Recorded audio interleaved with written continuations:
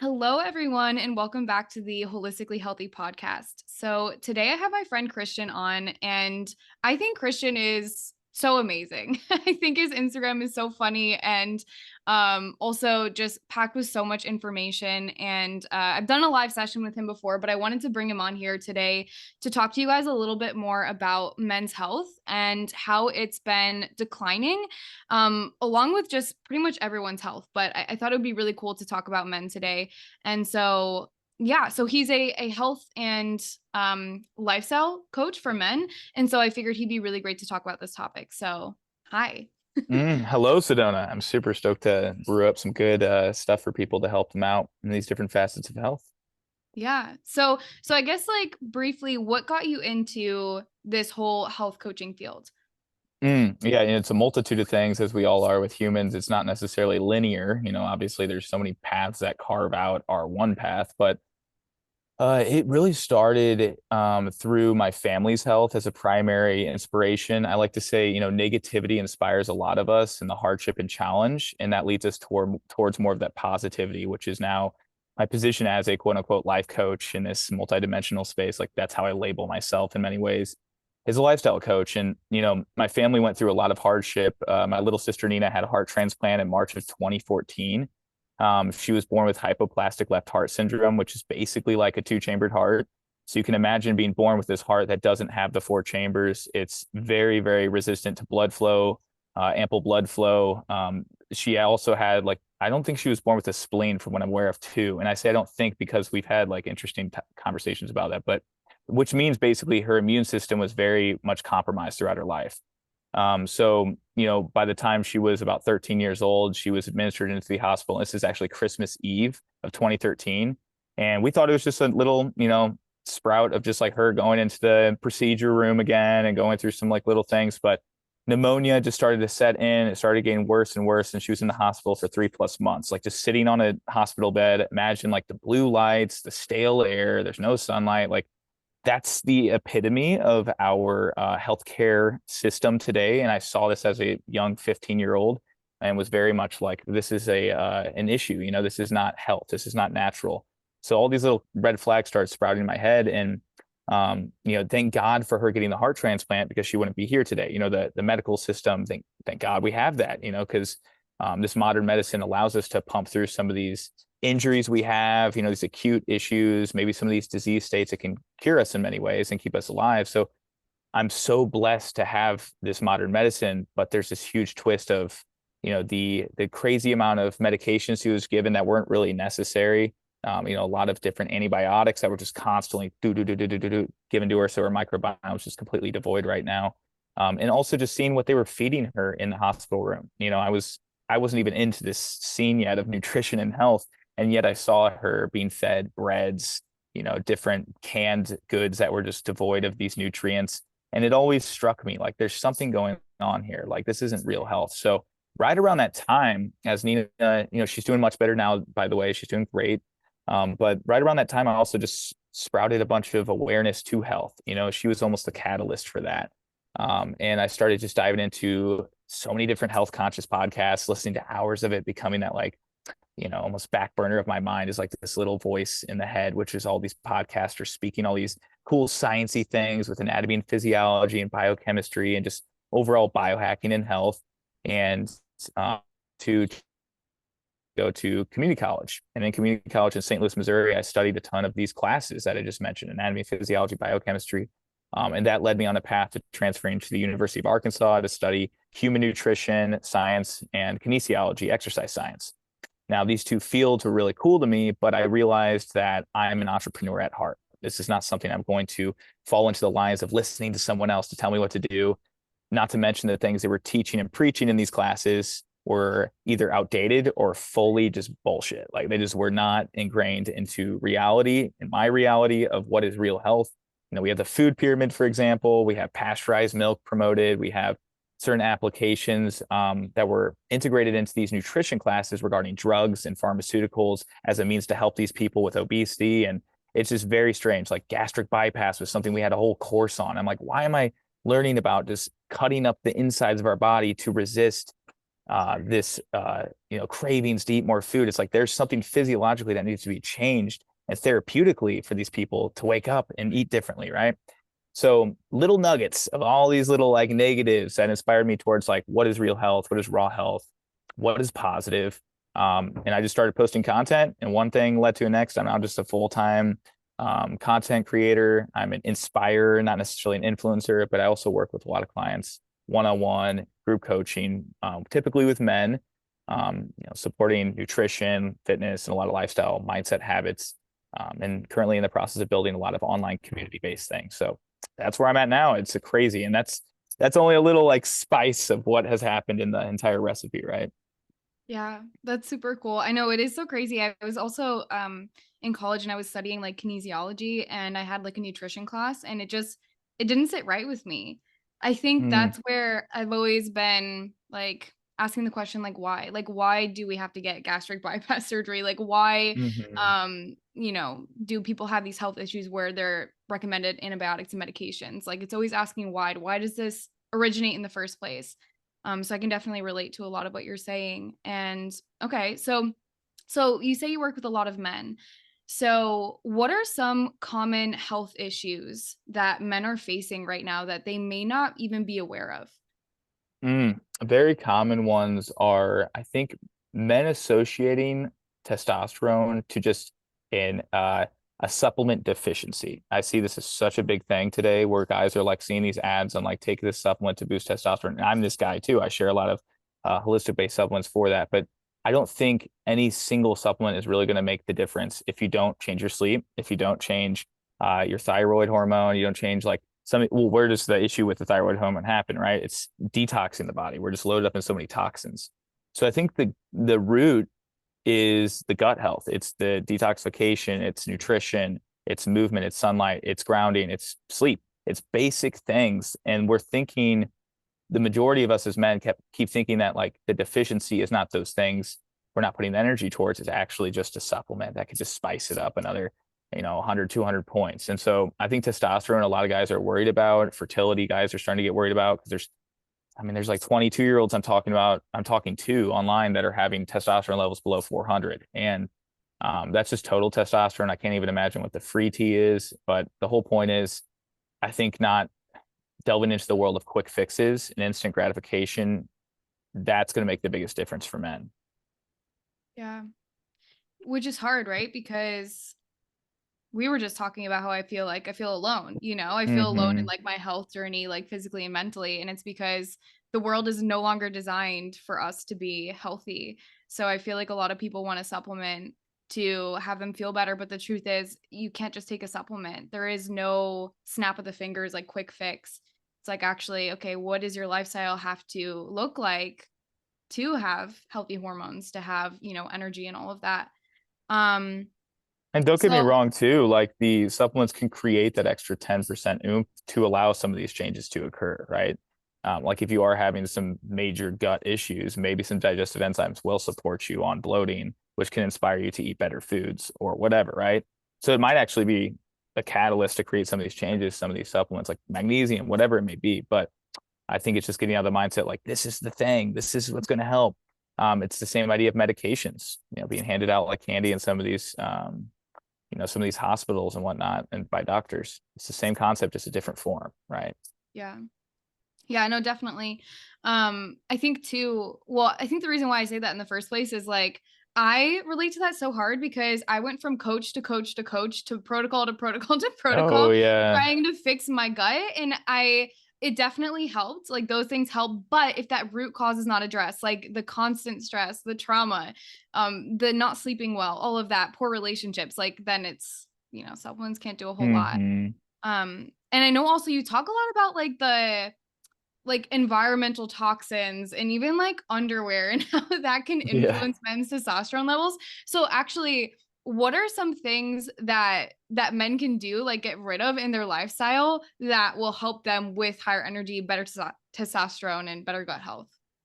Absolutely. Yeah. I mean, you mentioned just external things like Any cosmetics, any external applications whatsoever, just really pinpoint what is in my environment that I'm constantly lathering on my body, spritzing on my body, spraying on my body, rubbing in my hair. Any of these types of applications can inhibit or not just inhibit testosterone, but increased estrogen because they're, xenoestrogens, they're called XENO estrogens. Like these are basically synthetic, typically man-made estrogens.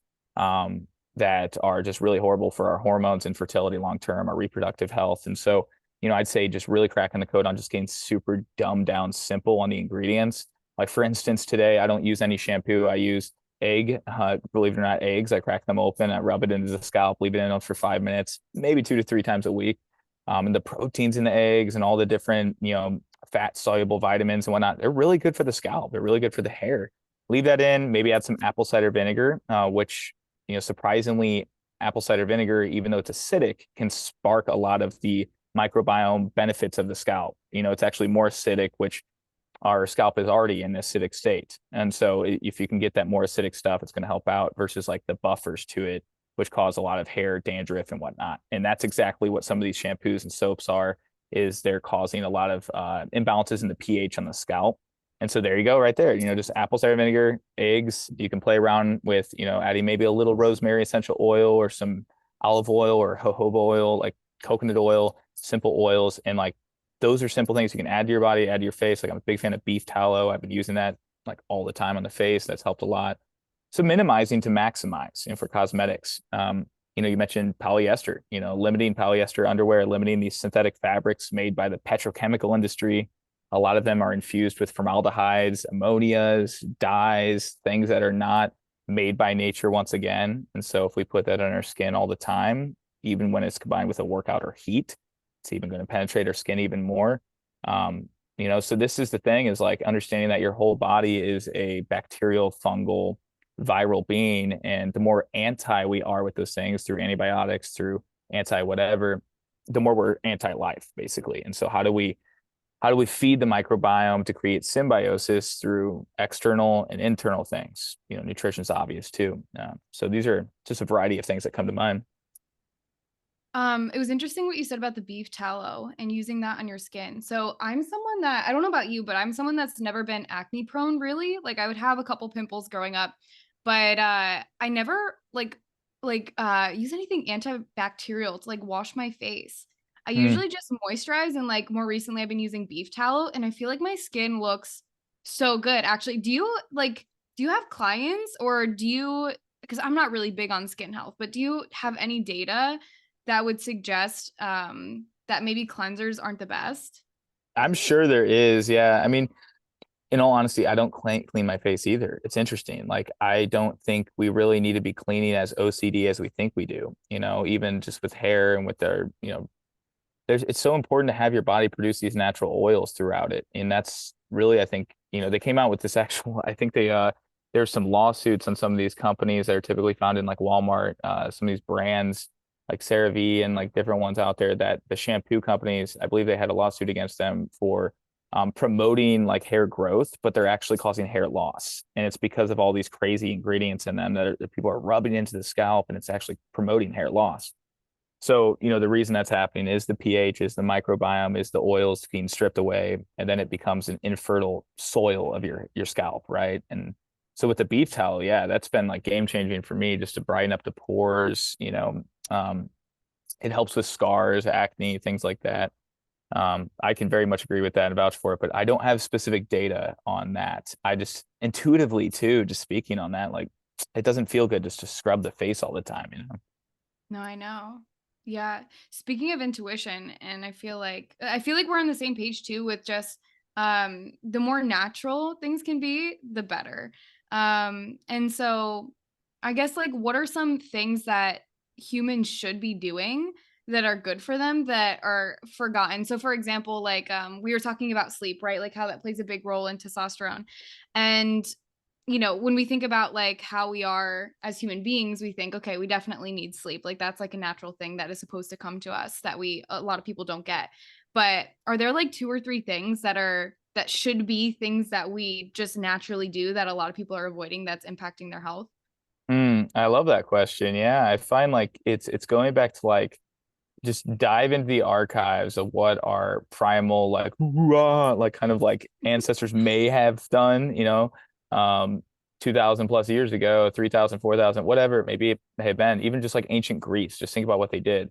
Water, water is so simple. Like I think really focusing on how do we get water that is vortexed or restructured along with filtered from some of these contaminants. I don't think many people really think twice about just pouring their glass under the tap. And once you make the shift as well, you'll be like almost having this sentimental energy of like getting hose water when you were playing as a kid with the hose. It just tasted like this rusty, nasty taste. You'll start realizing that tap water tastes like that as you begin to make the shift into really good quality filtered, remineralized, restructured water. Water is life. It's not just this physical thing that everyone makes it out to be. It's really something that is spiritual, right? It carries energy. And so if we can look at water as something that is energetically like either in alignment or out of alignment with our body and cells, it can make so much of a difference in our health. And this could even be just like praying over your water, like sending intentions into it, like things that are a little bit more esoteric and kind of unique, but in a way that it's like I am intentionally letting this thing come into my body. It's more bioavailable, more loving, more spiritual in a sense. It's going to provide more vitality for me at that point. So I think those are, the overall encapsulation of that is like intention with everything. That's been a huge thing in my life is I used to be so aloof just to eating food really quick as I was younger, just quickly getting it down and then going back to school or work or whatever. But, you know, sitting down and praying or just blessing or just taking at least two breaths, three breaths, right? That takes 15 seconds. It takes 20 seconds. It takes 30 seconds just to set some type of bodily connection versus being in the mind. It's such a powerful tool. That's what I would say. It's just like something that many people are not forging into their lives. Mhm. A big thing for me has been, and I'm still working on this, is like the whole intention thing, especially because like, a lot of our lifestyles are just very fast, very go, go, go. But do you use any type of specific like meditation practice or specific mindfulness practice for the people that you work with that helps them with their health? Mm. I like there's this 20-minute one that is read by this guy Sean, I forgot his name, but it's on Spotify. You can even look up like Sean Ram Dass meditation. He basically reads meditation that Ram Dass wrote up years ago, and it's a really nice starter because it really sets the tone for like connecting to your spirit and visually it's a visualization meditation to look at your spirit outside of you and then re-encapsulate that back into yourself. I think a simple 20-minute guided meditation is a great catalyst to start meditating in silence or using binaural beats or just, yeah, silence is one of the best medicines. So a lot of times that can be challenging because we are so go-go. Having some type of somewhat dopamine or someone kind of guiding us can be helpful to get started on that mindfulness practice. For me today, I do primarily just do a lot of the silent retreat. I'll throw in binaural beats occasionally, but lately I've been really enjoying just having silence. I have been having some emotional things come up in my life with relationships and shifts with that, and certain things that are changing in my business. And so I would just take this time, 20 minutes, 10 minutes. It doesn't have to be crazy long, just to reflect. And this is either right when I wake up or right before going to bed is typically the best time I find for me. And that I think a lot of people can agree that's a good translation for most. Yeah. Yeah, I don't know what I would do if I didn't go on my daily walk in the morning. I feel Walking, like that's yeah. when, yeah, and that's actually another thing too. Like people just need to walk. Yeah, It's it's simple. crazy. But I know, if I didn't have my dog, maybe I wouldn't walk as much. That is my excuse. I have to walk him. But no, I mean, silence is so crazy. I think a lot of the times we try and force like answers into our life, but when we just get out in nature and we're quiet, it's like all of a sudden some amazing idea or some huge revelation just like breaks through and we're like, holy shit, where was that all along? Hmm. So that's definitely a big one. But yeah, I love that you are intentional and that you focus a lot on just like being silent and everything. I think that's huge. Um, okay. So again, when it comes back to testosterone and men's health specifically, um, so a lot of these lifestyle things really matter and not being stressed really matters and digestive health really matters. But I guess like I've never really talked about the supplements that men could take if they feel like they're quote unquote doing all the things right and they're still having low energy, maybe other symptoms of like low testosterone and low libido and all of that. Like, what are some supplements or where could they look to see what else might be going wrong?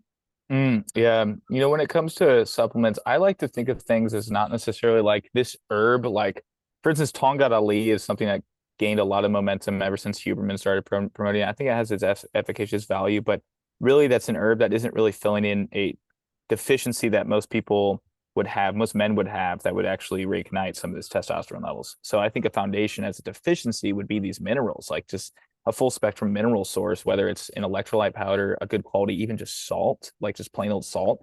A lot of us are getting our sodium intake skyrocketed, and this is what's causing a lot of the heart issues, a lot of the atherosclerosis, right, and a lot of the tightening of the arteries.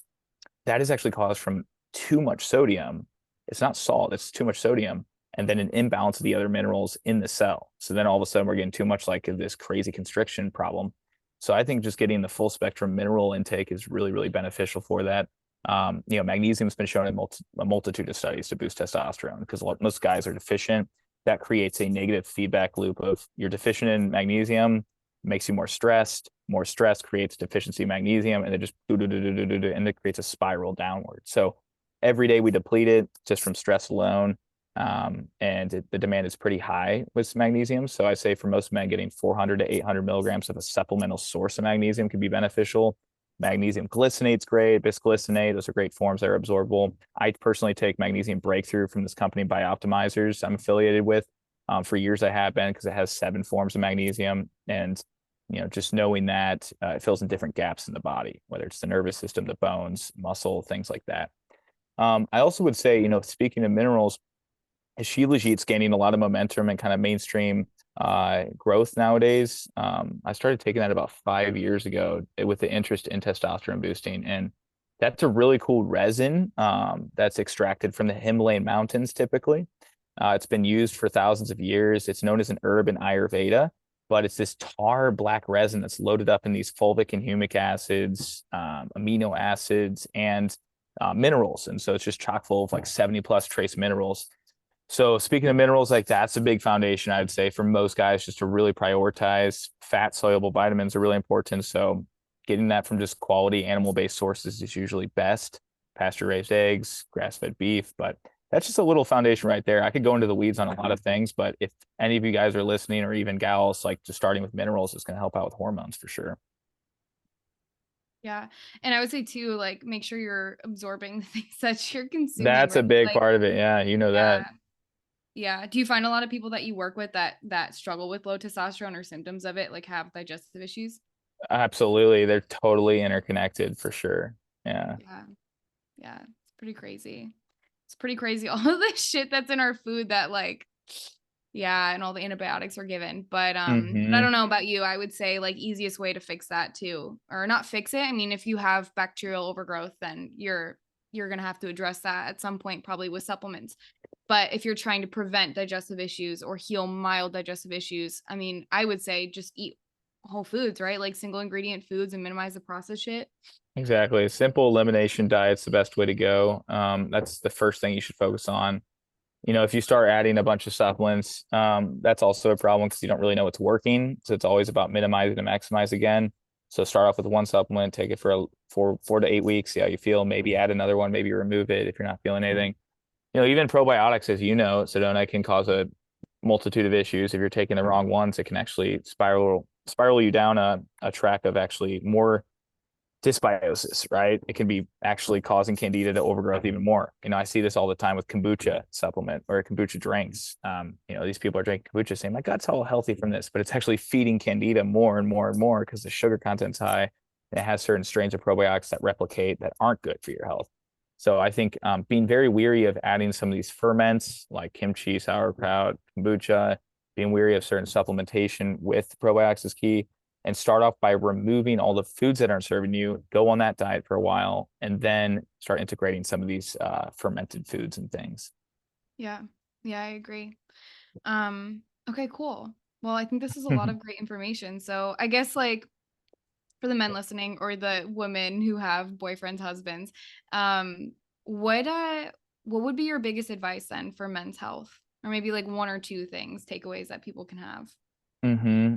I think it's always going back to like creating, it's a mental thing, it's creating the why, not having the why be created for you in your life, right? I think a lot of times we think that our purpose is something we find, or our why is something we find, but it's really about crystallizing it through just self-discovery. It's already within you. All the answers are within you. And that sounds kind of woo-woo, whatever, but it actually is true. I mean, it's one of those things that if we actually take the time, we were talking about meditation today, to reflect and get deep onto like, what is my why? What is this purpose of making these changes for my health? That's going to be the inspiration to keep consistently making the habits and making the changes for the habits. I've gone down a path of just doing things like lifting heavy weights and building bodybuilding, and you're familiar with that too in your life with training. And it's one of those things. I started realizing it was an external validation thing. It wasn't even like I wanted to do this for myself, and that didn't last, right? And then there was this void for a period of time in life. So firsthand, I know that if you can dig deep into a why that is created from within, not something outside of you, it's going to make all the difference in you actually holding on to all these habits. And that goes for everyone. That goes for men and women included. Mm-hmm. Yeah. Yeah, that's a really good point. I guess one more question for you then. Yeah. So outside of, well, I guess it would be meditation. I mean, like, how do people find their why? I think I'm saying this because um it's hard to differentiate between like what you want for yourself and what the world wants. Like, how do you differentiate that? Because sometimes the thing that the world wants or your family wants for you can be so deeply ingrained within you. It's really Mm. hard to decide what you want. So I think for me, probably like traveling has been really helpful for discovering my why, or at least starting to. But yeah, is there any other advice for that? Huge. I like that. Yeah, changing your scenery. I think a lot of us are living pretty stagnant with the same shit. We're seeing the same exact infrastructure, we're in the same architecture, we're in the same room, we're in the same, there's like a lack of inspiration. Like how do we expect to make creativity or understand where we want to go in life if we're in the same place all the time? That's been with my question for a while. I've been at the same condo for 2.5 years in Arkansas. Like, it's time for a change for me now. So I think, discovering the why, a helpful routine is just journaling, whipping out the pen and paper. That might be uncomfortable for some of us just starting, but that's the whole point. Embrace the discomfort, right? Journaling about certain questions like, what comes naturally to me, right? What are some of my innate things that I grew up as a child, and as I grew up older, it just was something I didn't really have to try super hard on. I know friends that were really good at like surfing or sports, and they never really had to try. It was just natural to them. I knew other friends that were really good at math and science. I had some other friends that were just great at skateboarding, and they were so creative at music, right? So there's always these subgroups throughout high school. We kind of see, at least I saw that, like, oh wow, that comes naturally to these people. So ask yourself, what comes naturally to me? Well, it puts me in the flow state. So for me, like being on these podcasts, making content, talking, communicating, using my throat chakra, that's a huge part of like my essence as a person. So that's like a huge part of flow state for me is communication, socializing. So I integrated that into my purpose or why. So ask yourself, what puts me in the flow state or that zone, right? Writing's a big part of that for me too. I'm just get like sucked into this world, right? Another key component of this, so what comes natural to you, what puts you in the flow state, and what activities did you enjoy as a child? They all these kind of overlap in different ways, but specifically thinking about activities that you were just like, man, I just enjoyed that so much. I just really enjoyed it as a kid. I just really enjoyed painting, and I haven't done that in 10 years.